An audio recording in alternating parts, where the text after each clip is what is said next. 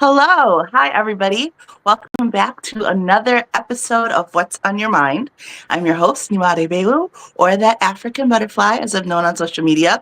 And this is What's on Your Mind, where we talk about different things that are on people's mind and how it relates to mental health and all that good stuff. I'm so excited to have my guest with me today, Jax the Poet. Hi, Jax. Hi, thank you so much for having me today. Absolutely. I'm excited to talk to you about this great new venture initiative that you started called CurveCon. You have the launch event this week, which is awesome. First, though, can you tell everybody just a little bit about you? So I guess I'll start with the fact that all of this began through poetry and my love for writing. I launched a book about 2 or 3 years ago now called Love Handles and Muffin Tops. And it's all about body positivity, poetry about basically just loving yourself. And from there, it kind of snowballed into something much greater where I knew I wanted to reach a much larger audience. And that is how CurveCon was born. I actually partnered with the Newark Public Library in Newark, New Jersey. We decided to pick a date, which is this upcoming Wednesday, November 6th, right after the election. So, depending on whatever the result is, you get to enjoy and be surrounded by like minded individuals and celebrating body positivity this upcoming Wednesday. So, I guess that's a bit about me. That's awesome. I love that first of all, I love your book title. That's so cute. Thank you. Um, and then I like that you were able to transition that from, that book into doing something that takes it one step further and creates a space for these conversations. So I think that that's very much needed. What made you decide to partner with the library? That is a good question. Funds were a big thing for me. I'm still in the process of getting grants and really getting funds so I could do this event at a much larger facility. I always wanted to do it outdoors, but given the weather and given the fact that the library completely sponsored the entire event free of charge was definitely a big reason why I decided to go with the library. Two, it's also a central location in Newark, right next to Rutgers, Newark, and a few other schools. It's a really nice area. And the room we're actually having the panel body clothing swap in all of CurveCon is absolutely gorgeous. And I did forget to mention that it's completely catered. So we are going to be having food as well as refreshments as well. That's awesome. That's amazing that they're sponsoring it. I love that for you and for everyone who gets to attend. I normally live so much closer and would love to be able to make it, but I'm out of state now, up in upstate New York visiting my mom. But Oh, the event, as you mentioned, is in Newark, New Jersey. And is it Wednesday? yes, this Wednesday from 4 p.m. to 8 p.m. So it's a long event. Drop in anytime. It's completely free. And yeah, I'm just really excited to have this event for the community because I feel like body positivity is slowly but surely disappearing. And I really just wanted to create a safe space for people to join and just be surrounded by amazing energy. And that's how CurveCon was very much born. Which I think is so needed.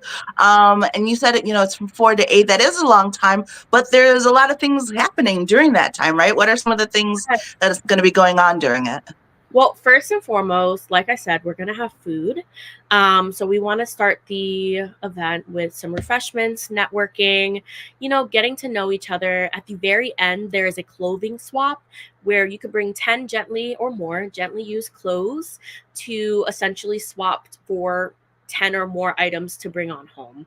But that first hour and a half is going to be dropping off your clothes so then I can sort it. And then about an hour and a half into the event is when our panelist event will occur. And we have amazing, amazing guests such as Donnell Jageman, who is the Philly FatCon founder. We have Megan Ixom, who is a Miss Giggles on Facebook, Instagram, and TikTok. We also have a plus size author who has mainly plus size characters. Her name is Justine Manzano, who's speaking on behalf of her characters and her experience. And then we have a model who has walked the Savage X Fenty show, a Mars session. So a really, really good list of panelists, and it's really going to be engaging, and I hope people enjoy it as much as I've enjoyed curating the panelists and making sure that we checked all the boxes for diversity and inclusion, and it's a really, really good panelist section, and I'm excited to speak through it as the moderator. Yeah, that sounds like a great mix of people and topics, to just get different viewpoints, which is so, so very important. Something that you mentioned earlier, which is something that I feel I've been seeing a lot more of, but I want to get, your viewpoints of it, is that you said that you feel like the whole body positivity thing is sort of being pushed away and taken away. And I feel like I'm seeing a little bit of that as well. But like, what makes you say that? That it's such a long question that I could probably answer for days on end, but I think the biggest thing that I've seen is seeing less models of my size on the runway, in magazines, having collaborations with large brands. Normally, when you see a plus size model, back in the day, we saw Tess Holiday, and now we're seeing the Ashleys of the world who are maybe a size 14, 12, very much in the mid-size section. So nobody that really looks like me, right? And then it's shown in stores as well. I remember going into J.C. Penney or all those big brand name stores and being able to find something for myself. But now that, with the whole Ozempic craze and people losing weight, which is not a bad thing, right?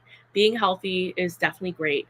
But with everything going on, it just feels like the skinny mindset is being pushed to the forefront, whereas the body positivity and self love is very much being drowned out by the fact that we have a new diet craze, a new diet medicine, Ozempic, Mounjaro, etc., and is basically letting us know, like, you need to lose weight, when that's not everybody's goal, right?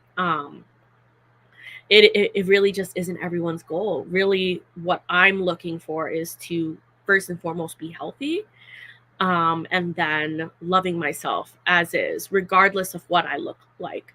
And I Mhm. think the body positive movement is just slowly drowning, and a lot of people have really just been talking about it lately. But I think representation and the lack of diversity in bodies, especially with modeling and fashion, is a big part of why I see it, dwindling down. Yeah, I absolutely agree. And it's such, like you said, you could talk about it forever because it's such a nuanced topic and there's so many layers to it, right? Because there has always been where's the line between body positivity and glorifying obesity, and where's the health, and where's the blah, blah, blah of it all. And I feel like everyone sort of has had to have their own personal, and everyone should have their own personal views on it. But for me, body positivity has always been like learning to love and accept yourself as is. That doesn't mean that you can't want to improve. Like, I'm constantly talking about like what workout thing I want to do or what thing I want to do to get healthier, better, or whatever.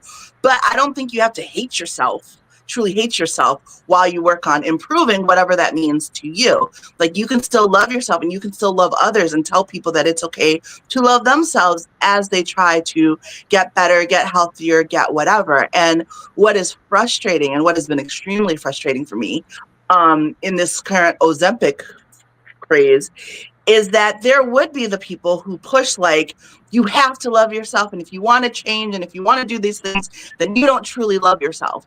Well, here comes this new like diet thing for them, or this new weight loss thing, and now they're on it, and now they're like, oh, you know what, actually I never really loved myself, I actually hated myself through all of that, and I Yeah. was just saying it, but now I'm small, so it's okay. And that infuriates me. And the reason it infuriates me is I feel like you have a lot of people who struggle with accepting themselves, and if you are straight up lying through your teeth telling people that you love yourself no matter what, and they have to accept themselves, and if they don't, then they don't love themselves, you're just giving them another layer of like self-loathing and another layer of frustration, versus if you were honest about it, which is that, hey, I love myself, but I want to change these things, or I love myself, but I want to make these improvements, then people don't feel bad when they feel like, hey, I love myself, but I want to do that. Like, I love myself, but I love myself more when I have a jawline. Like, that's okay. Like, it's okay if you feel that way. And it doesn't mean that you dislike yourself. What I hate is the lack of honesty in there and in with a lot of people. And I feel like we're seeing a lot of it. And then what's happening is, instead of people owning the fact that they were lying about how much they love themselves, they're saying the whole body positivity thing was a lie, right? They're saying everyone's been lying. Nobody really has body positive. Everybody wants, and that's not the case for everybody. There really are people who are like, yeah, there's a little bit more to me, or yeah, this isn't perfect, but I still love myself. I still feel like I deserve respect and dignity and all of those things, even at whatever size it is. And so, like, for me, that's my biggest frustration with the dwindling down of the body positivity, is that they're trying to now market it and say that, like, everybody's been lying about positivity and nobody actually feels that way. And everybody really just definitely wants to be slimmer, which isn't necessarily the case for everyone. No, 100%. And I just want to piggyback on what you just said, where, individuals who are once large and are now skinny are just taking back whatever it was that they said about body positivity. I find that fat phobia is worse within our community with people who were previously large and have now lost weight. And I feel like there's always going to be that some form of fat phobia in our community. And it's just really upsetting to see that, someone who was once in our community is really, really kind of throwing down and tearing down someone who may be going through a weight loss journey, or maybe trying to love themselves. It's not going to help their mental health and where they're heading, right? And I think that's what my event is all about, is really just making sure that you understand, no matter what stage you're at, you deserve to be loved, you deserve to be treated well, and you deserve to love yourself. I'm currently on a weight loss journey myself, and regardless of what stage I'm at, I have to consistently remind myself, like, you are the shit. Do not let anyone or anyone's looks or anyone's comments affect how you view yourself, because you're a human at the end of the day. We all bleed red.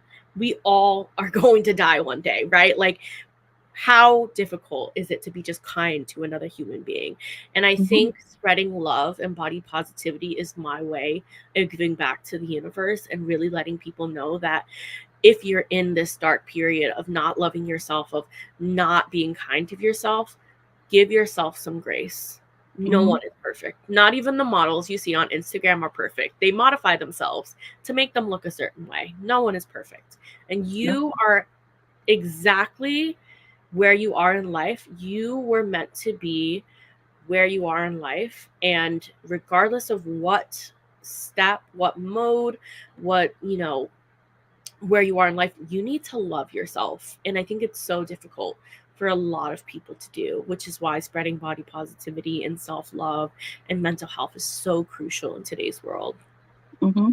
Yeah, and that love that you mentioned is, like, so vital, and it's what I talk about all the time, because really a lot of your better choices are going to come from loving yourself more than they're going to come from hating yourself. Like, if you could hate yourself into the perfect body, I think most of us would be like super tiny with perfect bodies, because we're also like miserable all the time, right? Like, it's not that self-loathing that's going to get you up and like working out or eating healthy. It's the, oh, I remember when I used to love doing this activity that I can't do anymore because of my current size. Like, that's what's going to push you in those moments when you don't want to do it.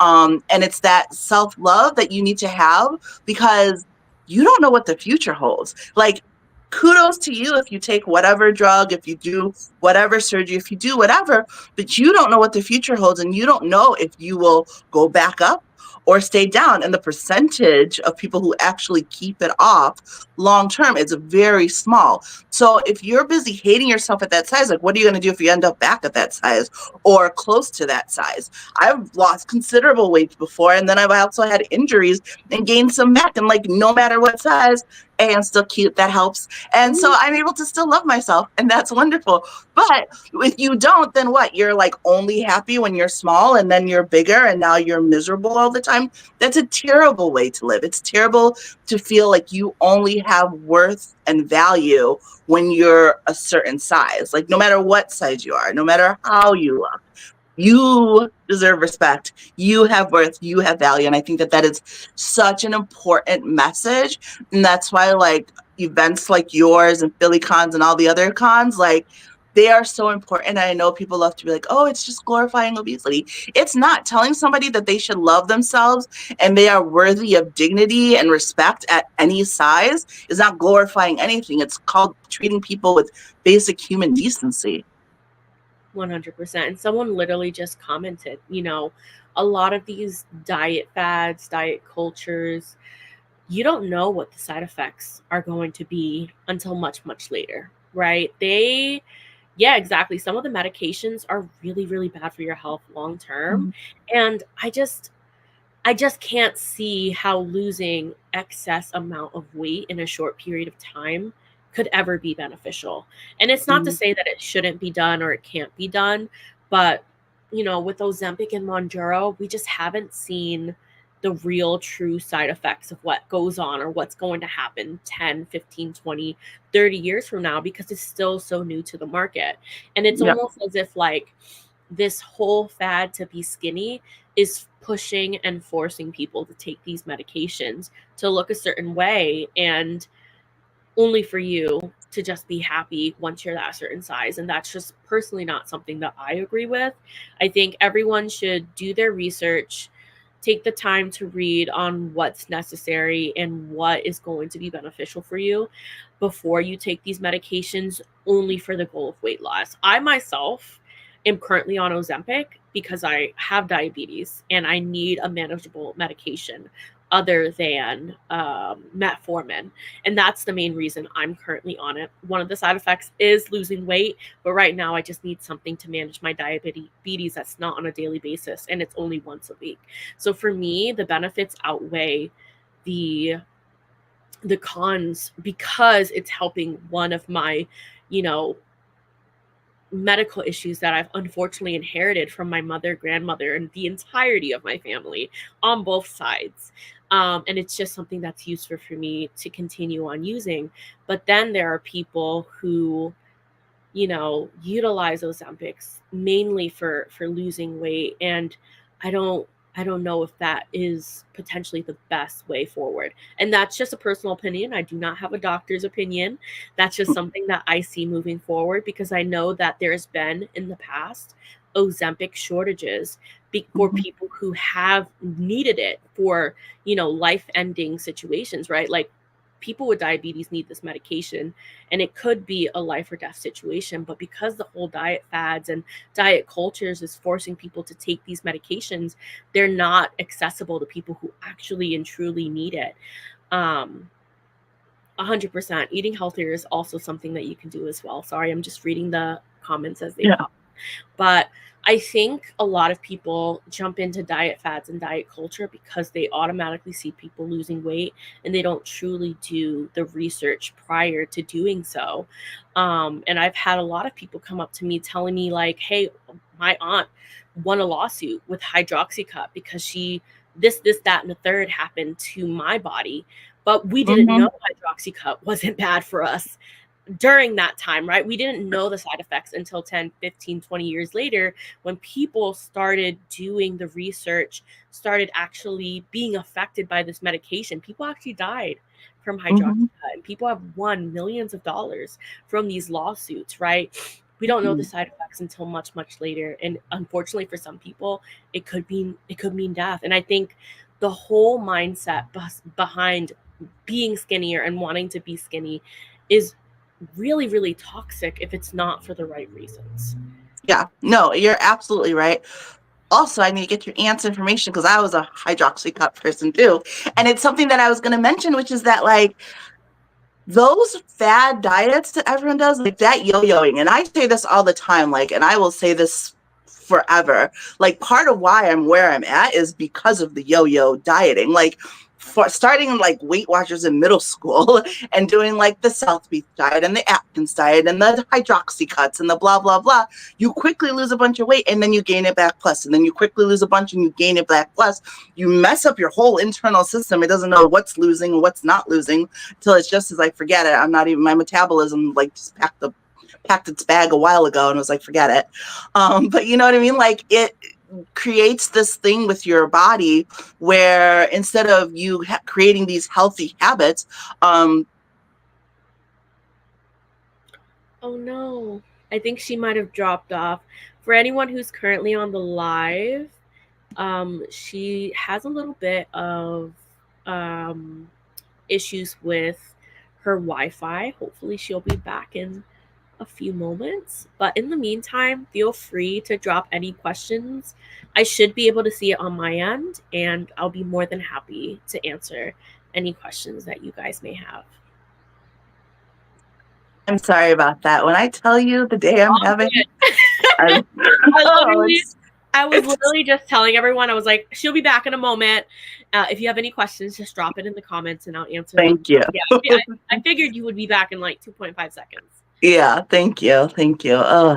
But what I was saying is like it gets you on that like that wave of diet instead of creating like these healthy habits. So you're like, great, I lost this really fast, but it's not sustainable unless you're taking the pills forever or you know, doing whatever that crazy fad was, which isn't like, it's not changing your mindset. It's not changing your daily healthy habits, especially because you're telling yourself, I only have to do this for the short period of time until I lose the weight and then I'm good. And then you're doing these things and it's not sustainable.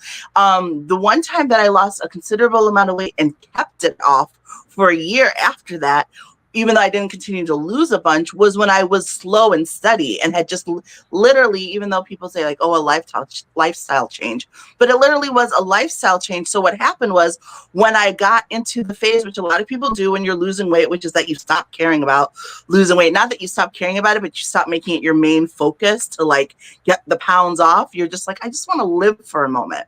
I did get that phase. But the nice thing was because of my method to lose the weight was a lifestyle change. When I stopped making weight loss my main focus, I still kept the weight off because my lifestyle had been adapted in a way that still kept me moving, that still kept me doing activities that maintained that weight loss. It wasn't until I got hurt and couldn't move and do things that I gained the weight back.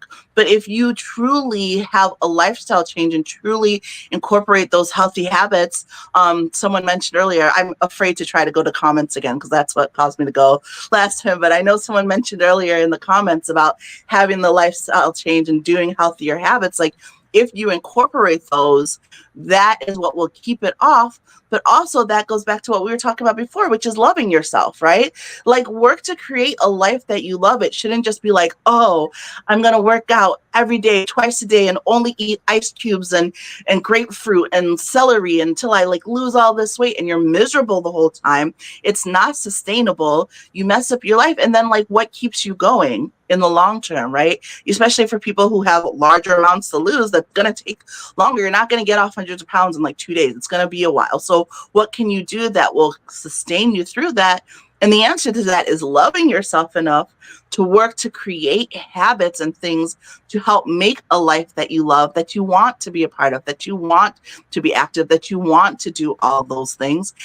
And if you have a little less self-loathing, you also do less projecting, which is what a lot of people do. They project their own inner discomfort, their own inner hatred onto other people. You mentioned, people who are part of the plus community and then lose weight and then have all of these negative things to say. And it's like, because they sat with that in themselves and now they're projecting it onto others. And that's why it's so important to have like I said, like your events like yours. I always say I don't die, I create a lifestyle. It went away, but yes, create that lifestyle. Thank you. Create a lifestyle change that's good for you and you can maintain it for a lifetime. Yeah, just make a life filled with doing those things. The hard part is like the gap between when you're not there and where you want to be. Like in my mind, I know I'm this like super active person, blah, blah, blah. And I know I'm that person because I used to be that person, right? But when you got so far from there, trying to get back there, like that's the struggle, like forcing yourself to do things that you know shouldn't be hard. And if you keep doing them, they won't be hard. But right now it really sucks and it's really hard. But you do it because, circling back, that love for yourself, right?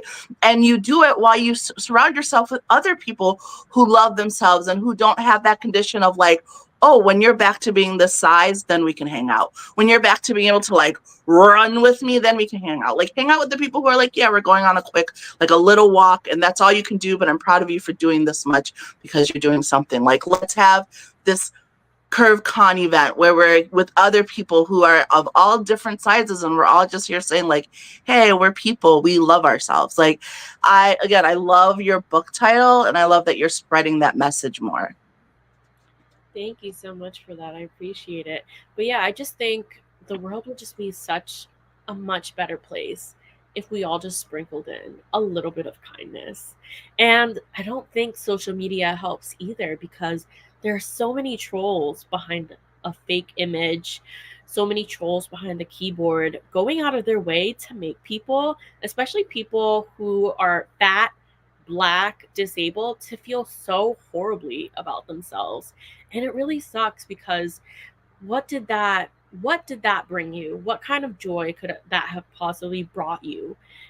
And then think about the pain that it has brought the other person. Like, you don't know if someone's potential next move could be potentially suicidal because of what you wrote behind that keyboard. Like, you just don't know what someone is going through, and that could have been their literal last straw.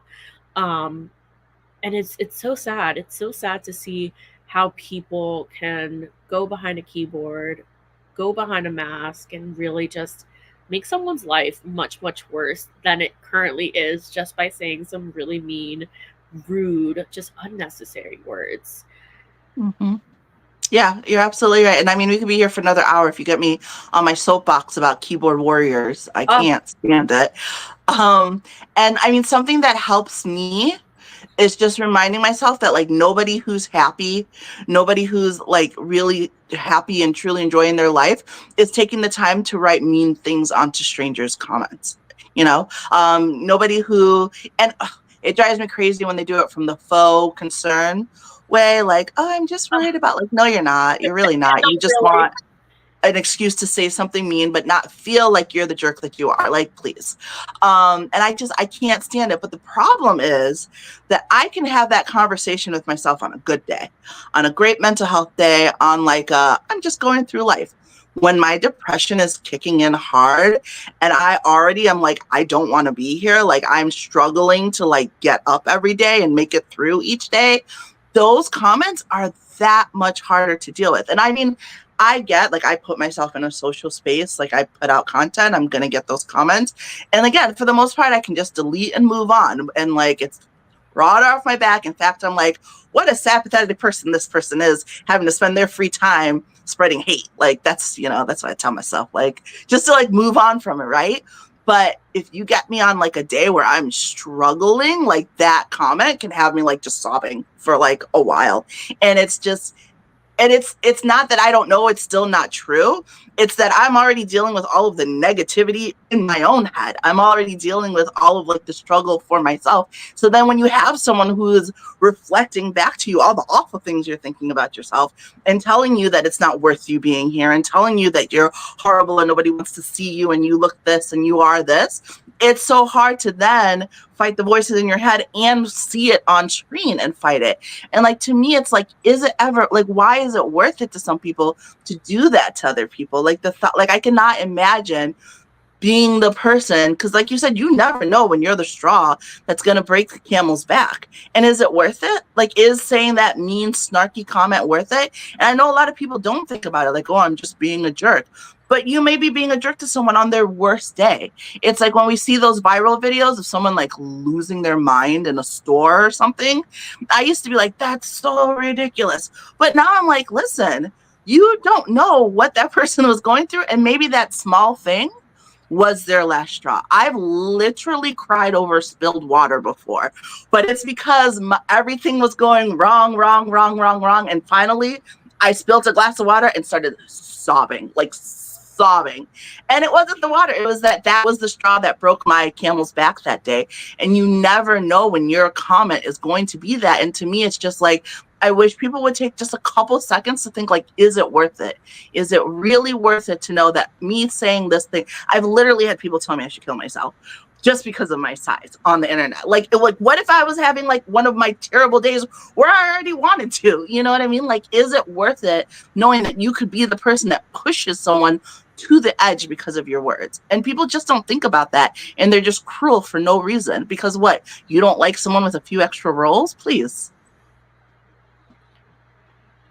Exactly. And it's so sad. Like, I'm so sorry that you ever had to go through that. Like, I don't know how I would personally handle someone telling me to kill myself just because of my size. Like, that is something that is absolutely horrible. And I'm so sorry you had to go through that. People Thank just you. have so much hatred in their hearts.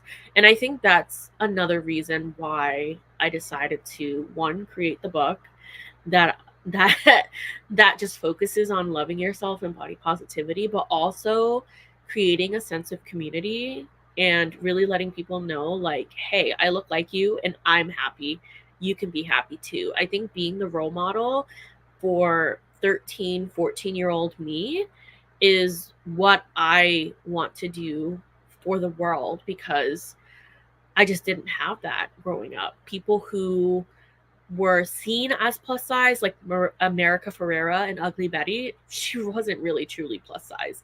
And if they were calling her fat, I literally looked at at the mirror and my body and was like, Yeah. damn, I am huge. Uh-huh. Like, and that culture is slowly going back. But I think just creating positivity, love, and light, and having events like Philly Fat Con, where the creators created a safe space for people who looked like me, and then me creating CurveCon to make sure that people feel that they are loved and that they should be included, is something that is huge, because we're just not included. You know, Yep, plus absolutely. plus size women are 70% of America's population, and only 30% of clothing stores carry our sizes. Make it make sense. Make it make sense. Like, there's so much that can be done for fat people, for the body positive movement, and it's just not being done. And I think it's not being done because no one's stepping up, and I think we need to step up a little bit more. And I think events like Philly Fat Con and influencers like Tess Holiday and you and myself are the reason why in the future, 10 years from now, we're just not going to be having this conversation as much, because it's going to be a different space. And I hope that it's a different space 10, 15, 20 years from now, and that we don't have to fight for our right to just be included and our right to kind of just feel like a human being and not be threatened or mocked or laughed at. Mm-hmm. I absolutely agree. And I think that it's also really important. Something I didn't really recognize until I got more into the social space is like the importance. I mean, I knew the importance of representation, right? Like you want to see people who look like you. And I know that there are certain avenues that I wanted to move into that I'm like, oh, is there anyone doing these things? And so I sought out people who sort of looked like me who were doing those things. But I think it's also really important to be almost not a quiet advocate of body, but like it doesn't have to be your whole world. And that for me was something that I also struggled with, because I do want to talk about health and stuff, and I do want to talk about body acceptance, but I also want to be like, I don't want it to always be the forefront of the conversation about me. Like, talk about like my awesome personality, like talk about how smart I am, like let's talk about my skills with social media, like let's talk about mental health. Like, it doesn't have to be like the forefront of it, but it also is still a part of you. And I think that a lot of times people, especially people in larger bodies, stray away from doing things because they're like, that's all people will want to talk about. That's all people will care about.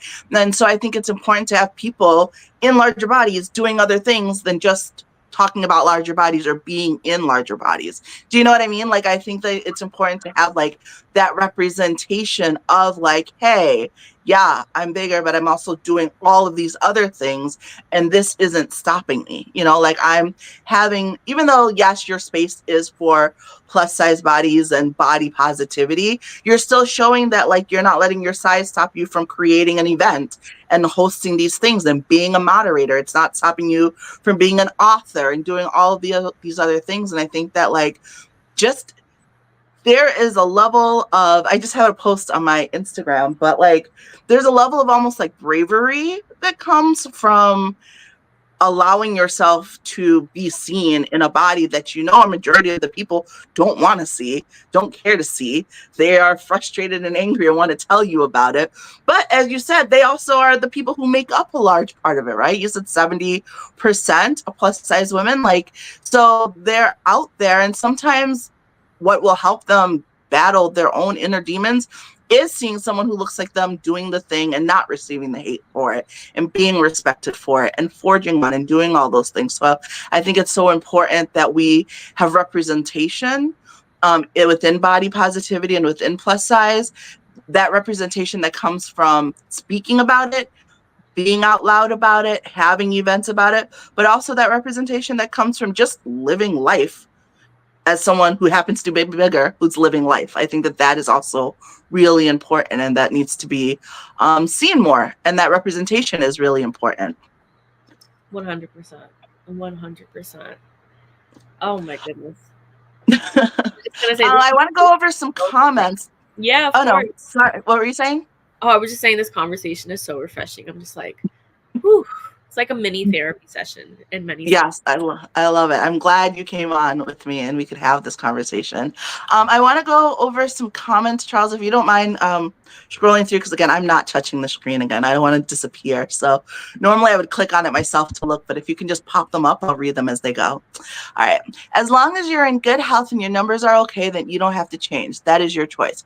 Yes, and you can't tell what somebody looks like, just someone's health is just by what they look like. Even when I was very plus size, not as far as I am now, but I was plus size, I was super healthy, like on the tennis team, did all the things. Like you can't tell just by someone's waist size where their health is. And a lot of people pretend like they can, but you can't, because there are slim people who also have health issues.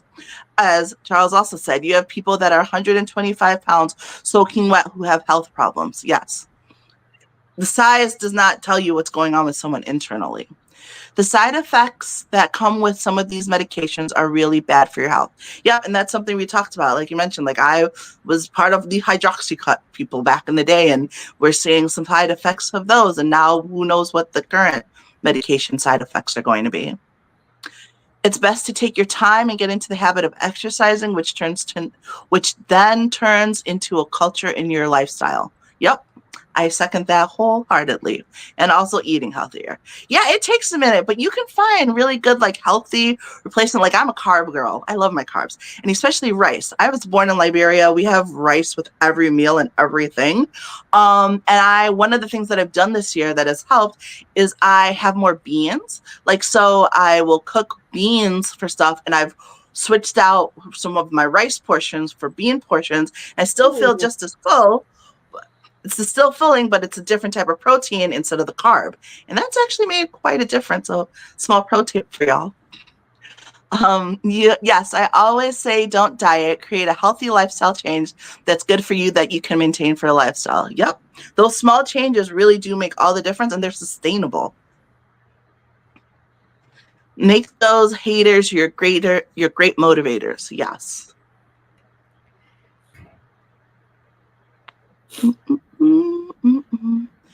There's little consideration in this world. Yeah, I think this is when we're talking about those keyboard warriors. There really are. People just don't put a lot of thought behind what they say, and they just say things. And they just throw it out there without any like thought or consideration for how it's going to be received and how it's going to impact other people, which is unfortunate. Are those all the oh, I agree. Thank you. Thank you. I think so.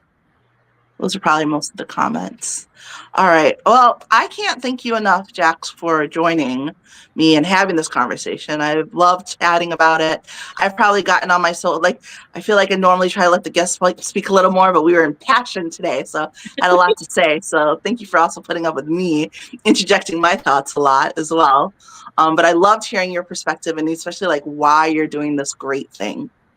I appreciate it. And no, like I thoroughly enjoyed the conversation. You can interject anytime. Like it just keeps the conversation going. I really, really loved this feature and this conversation today. Really, really powerful. And I love your work. Keep at Thank it, you. girl. Like, oh, I can't wait to tune in for next time.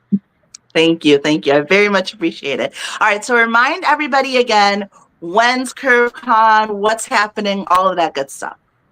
Yes. So it is in T-3 days this Wednesday at the Newark Public Library from 4 p.m. to 8 a.m. To 8 p.m. 8 a.m. would be way too long. We're going to have some guest speakers that includes a model, influencers, an author, and a poet. That's me. And we're going to start off with refreshments and food. So definitely come hungry. There are going to be some really, really great treats for you guys. This is in Newark, New Jersey at the Newark Public Library in Centennial Hall, which is on the second floor. It's going to be a networking event for the first hour and a half where you can drop off your clothes for the clothing swap that happens much later. Then we have a panel where we'll be talking about body positivity and sustainable clothing. And then we're ending the event with a clothing swap where you would have brought 10 or more gently used clothes items that I will be sorting through the first hour and a half. We'll have that swap, and you could literally walk away for free with an entirely new wardrobe. And that would be the event of CurveCon. I love it. Love it. Love it.